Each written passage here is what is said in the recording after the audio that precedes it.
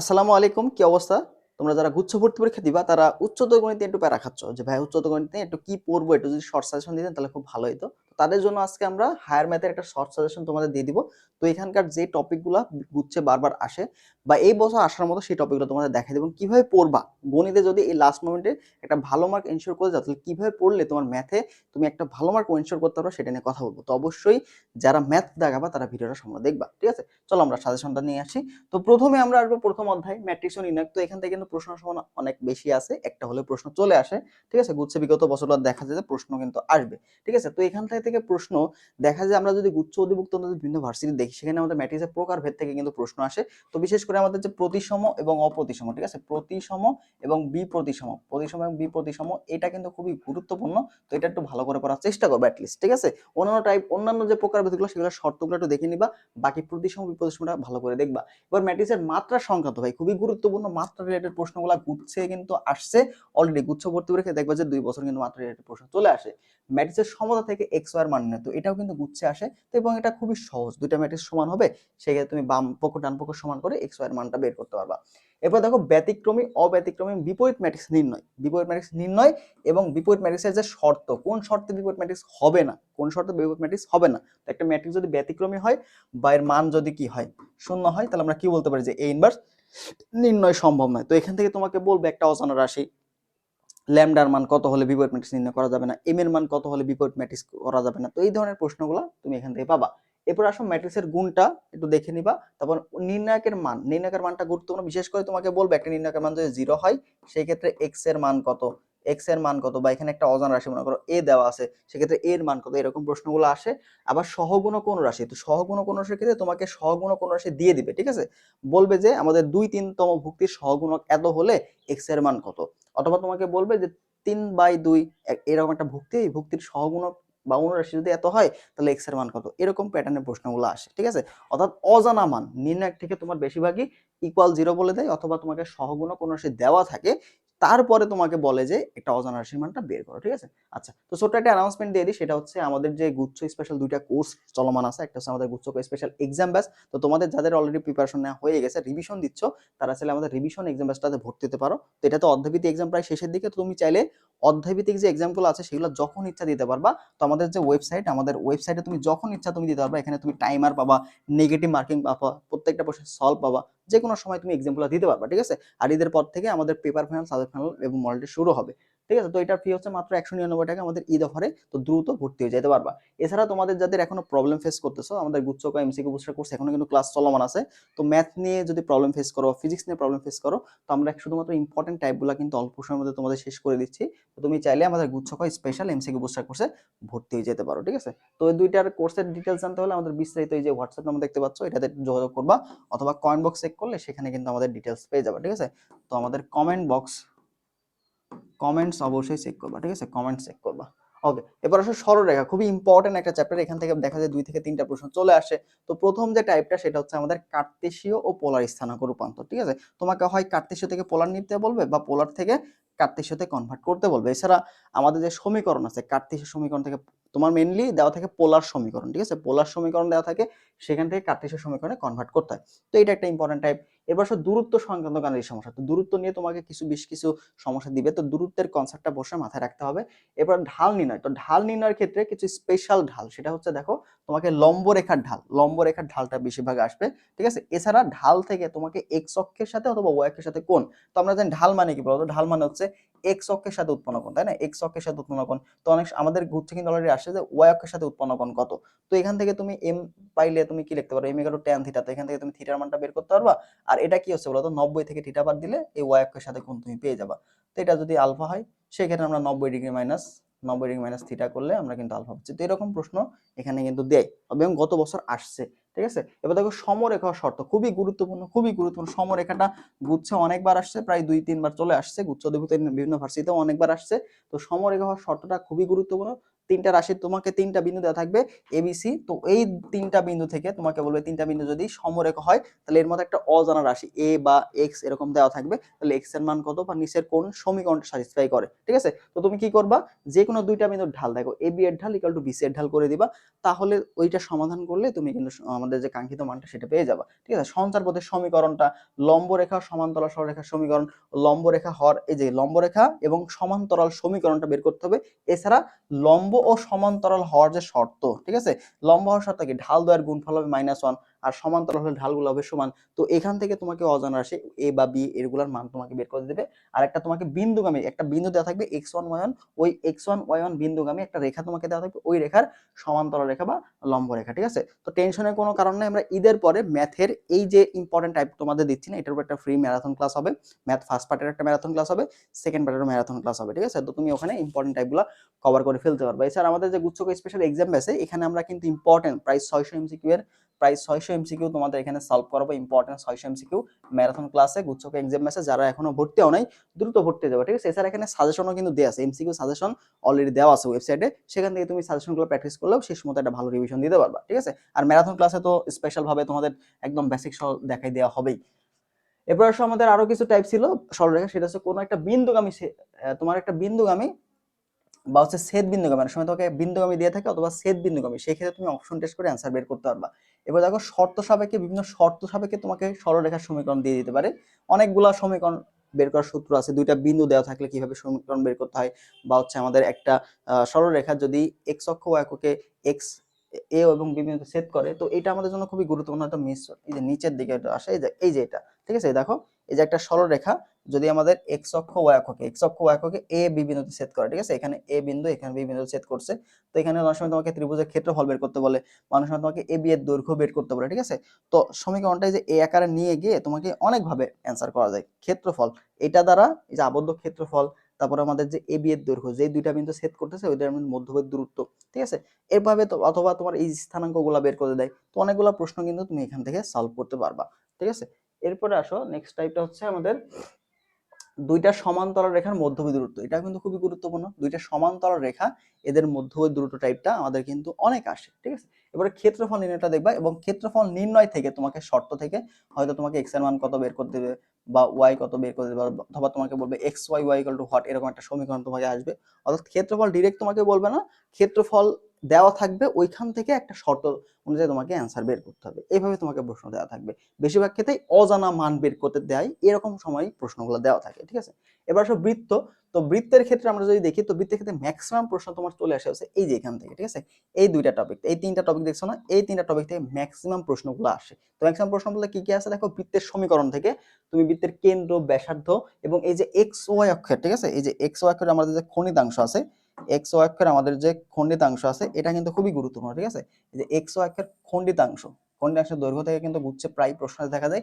এবং তোমার এখানে এক্স ওয়াই কে স্পর্শ করার যে সূত্র আছে না, স্পর্শ করার শর্ত, এখান থেকে তোমাকে জি এর মানটা বা সি এর মানটা অনেক সময় বের করে দেয়। তো স্পর্শ করলে আমরা কি জানি, জি স্কয়ার এক্স ওয়াই করলে g square equal to c, y করলে কি হবে f square equal to c. তো এখান থেকে কিন্তু সমীকরণগুলো অনেক সময় প্রশ্ন দিয়ে দেয়। ঠিক আছে, তো তোমাকে বলবে যে নিচের কোন বৃত্তটা এক্স অক্ষকে স্পর্শ করে, তাহলে তুমি দেখবে যে সি এর মানটা জি স্কয়ার সমান কোথায় হচ্ছে, বা তোমাকে বললো নিচের কোন বৃত্তটা ওয়াই অক্ষকে স্পর্শ করে, সেক্ষেত্রে দেখবা সি এর মানটা বা কনস্ট্যান্ট মানটা এফ স্কয়ার সমান হচ্ছে।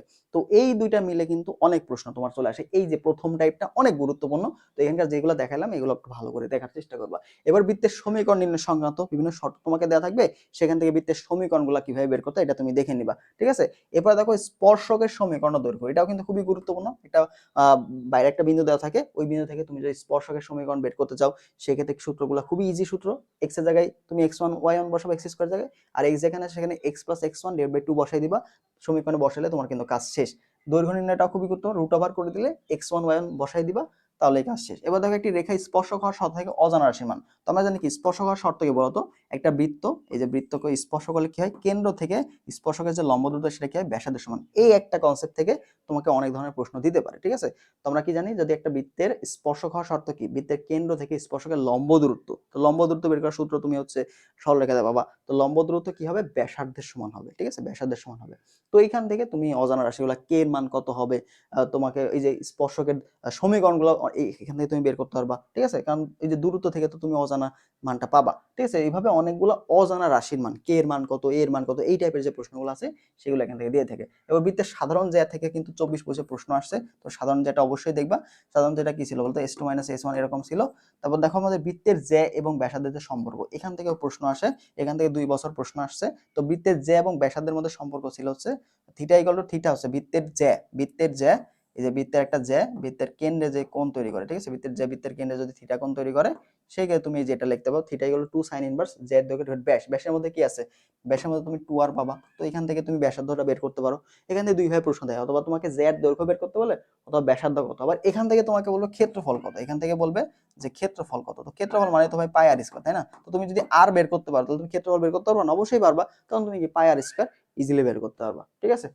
আচ্ছা, তো এইগুলো বৃত্ত গেল।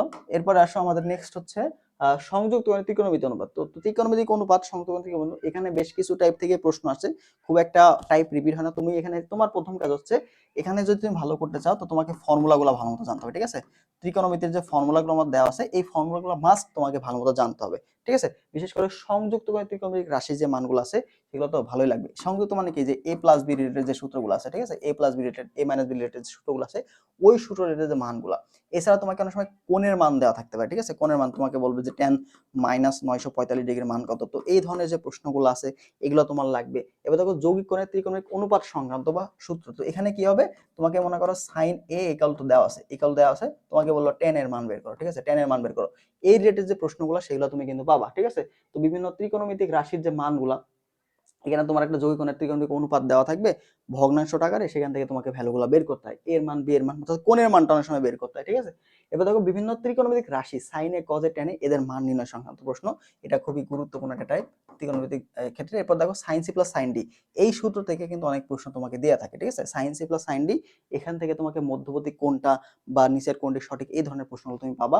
এছাড়া কোণ নির্ণয়, এছাড়া দেখো ত্রিভুজের বিভিন্ন রাশির মান, ত্রিভুজের বিভিন্ন রাশির মানের মধ্যে কোণ নির্ণয়টা খুবই গুরুত্বপূর্ণ। কোণ নির্ণয়, এরপর আমাদের ত্রিভুজের সাইন সূত্র ও কোসাইন সূত্র, ঠিক আছে, সাইন ও কোসাইন রুলস থেকে বাহু ও কোণের যে সম্পর্কগুলো আছে এটা কিন্তু আমাদের জন্য গুরুত্বপূর্ণ। তো সংযুক্ত ত্রিকোণমিতি এই টাইপগুলো একটু ভালো করে দেখবা, কোশ্চেন ব্যাংকটা সলভ করলে এখানকার টাইপগুলো তোমার কভার হয়ে যায়, ঠিক আছে। এবার আসো অন্তরীকরণ যোগজীকরণ। তো অন্তরীকরণ যোগজীকরণ থেকে যদি তুমি সবচেয়ে ভালো, তুমি এখানকার সাজেশন দেখে তুমি বুঝবা না, ঠিক আছে, অন্তরীকরণের সাজেশন দেখে তুমি বুঝবা না, তবু একটু বোঝানোর চেষ্টা করে দেখো। এল হসপিটাল টাইপের যে লিমিটের মানগুলো আছে সেগুলো মোস্ট ইম্পর্টেন্ট তোমার জন্য, ঠিক আছে, ম্যাক্সিমাম ক্ষেত্রে আসে। তো কখন অ্যাপ্লাই করব, যখন আমাদের লিমিটিং ভ্যালু, মনে করো এখানে x টেন্স টু a দেওয়া আছে, এখানে হচ্ছে মনে করো f অফ x দেওয়া আছে, এখানে তোমার g অফ x দেওয়া আছে। তো তুমি এখানে x equal to a বসাবা, x equal to a এই সমীকরণে বসাবা। বসানোর পরে যদি তোমার 0/0 ফরম্যাট আছে, 0/0 বা এটা একটা অসংজ্ঞায়িত ফরম্যাট, 0/0 ফরম্যাট আসলে তুমি কিন্তু এখানে এল হসপিটাল রুল অ্যাপ্লাই করতে পারবা। অর্থাৎ তোমাকে লবে অন্তরীকরণ করতে হবে, হরে অন্তরীকরণ করতে, কতক্ষণ, যতক্ষণ না তুমি x ইকুয়াল টু a বসালে 0/0 ফরম্যাটটা কেটে যায়, ঠিক আছে। তো এইভাবে তোমাকে এল হসপিটাল রুলটা অ্যাপ্লাই করতে হবে। ম্যাক্সিমাম ক্ষেত্রে এখান থেকে প্রশ্ন আসে, ম্যাক্সিমাম লিমিটেড প্রশ্ন এগুলো থেকে আসে।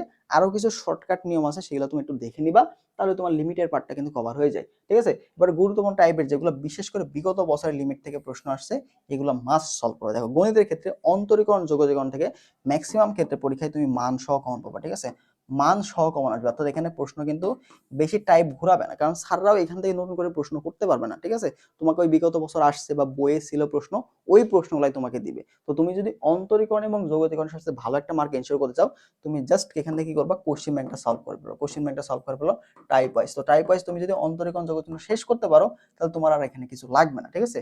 বিশেষ করে দেখো ত্রিকোণমিতিক ফাংশনের অন্তরীকরণ থেকে খুব বেশি প্রশ্ন আসে, দেখা যায় সাইন কস টেন এরকম দেওয়া আছে। তারপর সংযোজিত ফাংশন থেকে অন্তরীকরণ, বিপরীত বৃত্তীয় function tan square, tan inverse x এরটা খুবই গুরুত্বপূর্ণ, ট্যান ইনভার্স এক্স এরটা দেওয়া থাকে বেশি, এটা থেকে বেশি আসে যদি বিপরীত বৃত্তীয় ফাংশন থেকে অন্তরীকরণ তোমাকে দেয়। অব্যক্ত ফাংশন থেকে আসে, পর্যায়ক্রমিক অন্তরীকরণ থেকে, অর্থাৎ yn তোমাকে বলো y2 মাইনাস হচ্ছে y ইনটু y1, ঠিক আছে। দেখো এটা দুইবার অন্তরীকরণ করছি, এখানে একবার অন্তরীকরণ করছি। তো এই রেটের যে প্রশ্নগুলো সেগুলো থেকে কিন্তু প্রশ্ন আসে অন্তরীকরণে। এবার আসলে যোগজীকরণের ক্ষেত্রে আরো কিছু আছে, সেটা হচ্ছে স্পর্শক ও ঢাল, এটা থেকে গুরুত্বপূর্ণ গুচ্ছের জন্য, ঠিক আছে। স্পর্শক ও অভিলম্বের ঢাল সংক্রান্ত প্রশ্ন, স্পর্শক ও অভিলম্বের ঢাল সংক্রান্ত প্রশ্ন থেকে এই টাইপের থেকে কিন্তু প্রশ্ন আসে গুচ্ছতে। এরপর দেখো গুরুমান, লঘুমান ও চরমান, এই তিনটা গুরুত্বপূর্ণ, গুরুমান, লঘুমান ও চরমান, এই তিনটা একটু ভালো করে পড়ে ফেলবা। আচ্ছা, এবার আসলে যোগজীকরণ থেকে, তো যোগজীকরণ থেকে তোমাদের ত্রিকোণমিতিক একঘাত ফাংশন, বিশেষ করে ত্রিকোণমিতিক যে ফাংশনগুলো থাকে ওই ফাংশনের যোগজীকরণটা তুমি এখানে পাবা। ত্রিকোণমিতিক ফাংশনগুলো অন্তরীকরণ যোগজীকরণ দুইটার ক্ষেত্রে ইম্পর্টেন্ট। এরপর সবচেয়ে বেশি ইম্পর্টেন্ট যেটা সেটা হচ্ছে জেড ধরে, ঠিক আছে, প্রতিস্থাপন নিয়ম। তো তোমাকে জেড কোনটা ধরবা, যেটাকে অন্তরীকরণ করা যাবে, দুইটা ফাংশন তুমি পাবে এখানে, যেটাকে অন্তরীকরণ করা যাবে ওইটাকে আমরা জেড ধরবো। আবার এখানে দেখো ইউভি সূত্র বা ইন্টিগ্রেশন বাই পার্টসটা, এটাও তোমার এখানে বেশি আসতে দেখা যায়। ক্ষেত্রফল নির্ণয়টাও আমাদের জন্য গুরুত্বপূর্ণ। এবার দেখো নির্দিষ্ট যৌগজ, তো নির্দিষ্ট যৌগজের ক্ষেত্রে কি, যাদের লিমিট থাকে, আপার লিমিট লোয়ার লিমিট এগুলো থাকে না, তো এখান থেকে বেশিরভাগ দেখা যায় tan ইনভার্স x এবং e to the power x এর যে প্রশ্নগুলো আছে এগুলো খুবই আসতে দেখা যায় বেশি, এগুলো আসতে দেখা যায় বেশি, ঠিক আছে, বা রেজাল্টটা tan ইনভার্স x আসবে বা e to the power x আছে, এরকম প্রশ্নগুলাই বেশি আসতে দেখা যায়। এবার তোমার এখানে একটা সূত্র আছে না, e to the power x into f of x plus f dash x, অর্থাৎ এখানে যে ফাংশনটা আছে তার অন্তরীকরণ যদি এটা থাকে তাহলে তুমি অ্যানসারটা লিখতে পারো কি e to the power x plus c, এটা e to the power fx হবে, actually e to the power fx plus c হবে, ঠিক আছে। এবার দেখো ত্রিকোণমিতিক ফাংশনের দ্বিঘাত বা বহু বিশিষ্ট, এখানে দ্বিঘাত, ঘাতটা যদি দ্বিঘাত থাকে সেক্ষেত্রে তোমার কি করতে হবে, দ্বিঘাত বা পার বহু বিশিষ্ট, অনেক সময় তোমার এই যে sin to the power 5 sin to the power 5 x dx এরকম মান তুমি পাবা, বা অনেক সময় তুমি এই যে sin to the power 4x, তারপর দেখো cos to the power 5x এরকম মান পাবা, ঠিক আছে। তো এই ধরনের যে প্রশ্নগুলোর অন্তরীকরণ তোমাকে বের করতে হবে। এবার আমাদের বিশেষ করে দেখো ln x e to the power x, এ মানে কি, এটা হচ্ছে কিন্তু কনস্ট্যান্ট, কনস্ট্যান্টের উপরে পাওয়ার হচ্ছে x। তো এই ধরনের যে রাশিগুলোর যোগজীকরণ, দেখো ln এর ক্ষেত্রে, e to the power x এর ক্ষেত্রে বা a to the power x এর ক্ষেত্রে, এই ধরনের যে রাশিগুলো আছে তাদের যোগজীকরণ। তো মোস্ট অফ দ্য টাইম তুমি যদি অন্তরীকরণ যোগজীকরণ থেকে জাস্ট কোশ্চেন ব্যাংকটা ভালো করে সলভ করো, ঠিক আছে, এদের ক্ষেত্রে কোশ্চেন ব্যাংকটা যদি ভালো করে সলভ করতে পারো তাহলে তোমার এখান থেকে অল টাইপটাই, মানে যদি 4টা প্রশ্ন আসে সেক্ষেত্রে 3টা প্রশ্ন তুমি কভার করে ফেলতে পারবা, ঠিক আছে। তাহলে তোমার প্রথম কাজ হবে অন্তরীকরণ যোগজীকরণ, বিশেষ করে অন্তরীকরণ যোগজীকরণ থেকে তুমি ভালো করতে চাও সেক্ষেত্রে তুমি কোশ্চেন ব্যাংকটা একটু বেশি বেশি করে সলভ করার চেষ্টা করবা, ঠিক আছে, কোশ্চেন ব্যাংকটা সলভ করার চেষ্টা করবা। তো এখানে আমরা আরো দ্বিতীয় পত্রের সবগুলা টপিক এখানে দেয় নাই, তো দ্বিতীয় পত্রের এগুলো তোমার দিয়ে রাখলাম। তো দ্বিতীয় পত্র থেকে আর বাকি যে চ্যাপ্টারগুলো আছে সেগুলো আমি আমাদের টেলিগ্রাম গ্রুপে দিয়ে দিব, সেখানে তুমি অবশ্যই কষ্ট করে একটু জয়েন হয়ে যাবে, ঠিক আছে। তো এখানে দেখো মডুলাস আর্গুমেন্টটা আমরা দেখবো, জটিল সংখ্যা থেকে মডুলাস আর্গুমেন্টটা দেখবো। এরপর এ প্লাস আইবি ফরম্যাট, এ প্লাস আইবি ফরম্যাটে কিভাবে প্রকাশ করতে হয় সেখান থেকে এ ও বি এর মান নির্ণয় তোমাকে প্রশ্ন দেয়া থাকে। এরপর আয়ের ঘাত এবং আয়ের ধারা সংক্রান্ত প্রশ্নগুলো দেখবা। জটিল সংখ্যার মূল নির্ণয়গুলা, মূল নির্ণয় রুট ওভার যে মানগুলো আছে, রুট ওভার এক রুট ওভার আছে, তারপর ত্রিঘাত চতুর্ঘাত যে মূলগুলো আছে, এককের ঘনমূল ওমেগা, এই যে ওমেগার যে তোমার ধারা এটা কিন্তু খুবই গুরুত্বপূর্ণ, ঠিক আছে। এখানে আমরা কি জানি 1 প্লাস ওমেগা স্কয়ার এর সমান কত 0, আবার ওমেগা কিউব এটা সমান কত হবে 1। তো এই ধারা থেকে প্রশ্নগুলো খুবই আসতে দেখা যায় বেশি। সঞ্চারপদ থেকে প্রশ্ন আসছে। এবার বিভিন্ন জটিল সংখ্যার মান নির্ণয় টাইপের, ঠিক আছে, তোমার একটা জটিল সংখ্যা দেওয়া থাকবে, বলে যে একটা মান নির্ণয় করো, তো এই ধরনের যে প্রশ্নগুলো জটিল সংখ্যা আসে। এবার বহুপদী থেকে, তো বহুপদী থেকে তুমি কি দেখবা নিশ্চয় একটা যে মানটা আছে জটিল সংখ্যার নিশ্চয় থেকে যে মানটা আসে কেমন হবে, বা হচ্ছে তোমার সমান হলে কি হবে, অবাস্তব হলে কি হবে, এই ধরনের যে শর্তগুলো আছে ওইখান থেকে নিশ্চয় যে মান নির্ণয় টাইপের প্রশ্নগুলো এগুলো থেকে খুব বেশি আসতে দেখা যায়।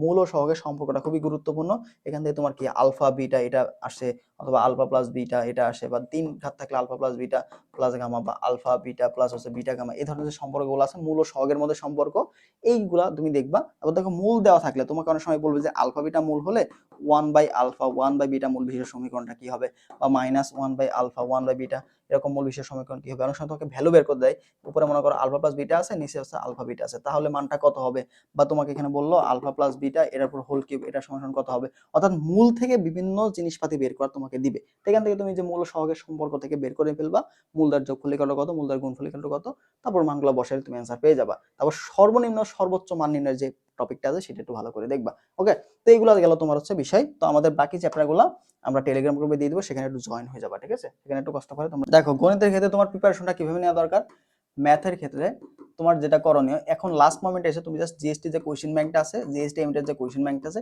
এই কোশ্চেন ব্যাংকটা সলভ করো, এই কোশ্চেন ব্যাংকটা খুব ভালো মতো বুঝে সলভ করো, এবং যতগুলা ফর্মুলা তোমার দেওয়া আছে ম্যাথের ক্ষেত্রে, যতগুলা ফর্মুলা দেওয়া আছে এই ফর্মুলাগুলো ভালো মতো নোট করে, বা তোমার যদি বই থাকে সেখান থেকে তুমি বারবার রিভিশন দাও, ঠিক আছে। গণিতের যে ফর্মুলাগুলো আছে এগুলো তুমি যদি জানো তাহলে ম্যাক্সিমাম প্রশ্ন তুমি এখান থেকে সলভ করে ফেলতে পারবে, ঠিক আছে।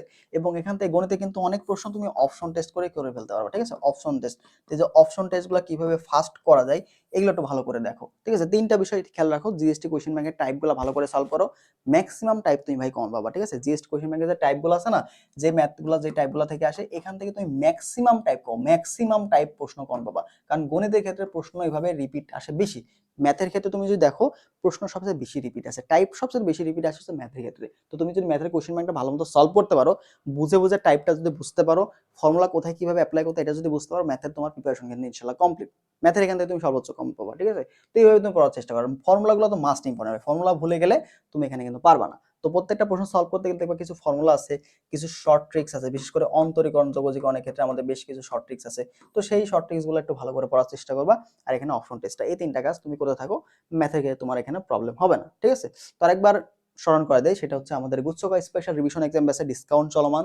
তো যারা এখনো ভর্তি হও নাই, লাস্ট মোমেন্টে ভাই এক্সাম দেওয়ার কোনো বিকল্প নাই। তুমি যত বেশি এক্সাম দিবা, তোমার প্রিপারেশনটা কিন্তু কেমন আছে বা তোমার রিভিশনটা নির্দিষ্ট সময়ের মধ্যে থাকো। আমাদের বাসায় বসে আমরা অবশ্যই এক্সাম দিচ্ছি বা পড়তেছি, সেক্ষেত্রে কি হয়, প্রশ্ন সলভের ক্ষেত্রে নির্দিষ্ট কোনো টাইম থাকে না। তুমি যতবার খুশি 1-1.5 ঘন্টা 3-4 ঘন্টা বসে তুমি প্রশ্ন সলভ করতেছো, বাট পরীক্ষার হলে তোমার নির্দিষ্ট 1 ঘন্টার মধ্যে প্রশ্ন সলভ করতে হবে, তাই না?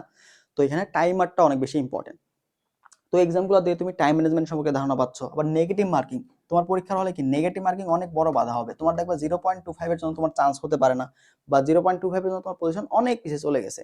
তো এই যে নেগেটিভ মার্কিং কন্ট্রোলের জন্য তোমাকে এক্সাম দেওয়াটা অনেক বেশি গুরুত্বপূর্ণ। তো তুমি কিছু হোক বা না হোক, কোনো কোর্সে ভর্তি হবা না হও, অ্যাটলিস্ট এই মুহূর্তে এসে একটা এক্সাম ব্যাচে তুমি অবশ্যই ভর্তি হওয়ার চেষ্টা করো। আর এখানে যেহেতু অধ্যায় ভিত্তিক এক্সামগুলো তুমি পাচ্ছ, যদি কখনো কোনো অধ্যায় তুমি রিভিশন দাও, সেক্ষেত্রে অধ্যায় ভিত্তিক এক্সামগুলো দিলা, এরপর পেপার ফাইনাল, সাবজেক্ট ফাইনাল এগুলো তুমি দিলা, এটা থেকে তুমি অনেক বড় একটা বেনিফিটেড হবা। ঠিক আছে, তো এটার ফি মাত্র 199 টাকা। আর যদি মনে হয় যে ভাই আমার এখনো প্রবলেম ফেস করতেছি, আমি ক্লাস আমার দরকার, সেক্ষেত্রে তুমি এমসিকিউ বুস্টার কোর্সে ভর্তি হতে পারো। এখানে তুমি ক্লাস পাবা, এখানে কম্প্যাক্ট ক্লাস পাবা প্রত্যেকটা বিষয়ের মধ্যে, ফিজিক্স, কেমিস্ট্রি, ম্যাথ, এই তিনটা বিষয়ের উপরে। ঠিক আছে, আর যদি ডিটেলসটা তুমি কমেন্ট বক্সে পেয়ে যাবা, রুটিন সহ দেওয়া আছে, কিভাবে কি হচ্ছে সবগুলাই দেখতে পারবা, অথবা এখানে আমরা হোয়াটসঅ্যাপে যোগাযোগ করলে পেয়ে যাবা। আর এটার বাকি যে সাবজেক্ট আমাদের অ্যানালাইসিসটা, অর্থাৎ দ্বিতীয় পার্টের কিছু অধ্যায় বাকি আছে, সেটা আমরা টেলিগ্রাম গ্রুপে দিয়ে দিব, তুমি ওখানে একটু জয়েন হয়ে যাবা। কমেন্ট বক্সে লিঙ্ক দেওয়া থাকবে, সেখানে একটু কষ্ট করে জয়েন হয়ে যাও। ঠিক আছে, ভালো থাকো সবাই, দেখা হবে পরবর্তী ভিডিওতে। আল্লাহ হাফেজ।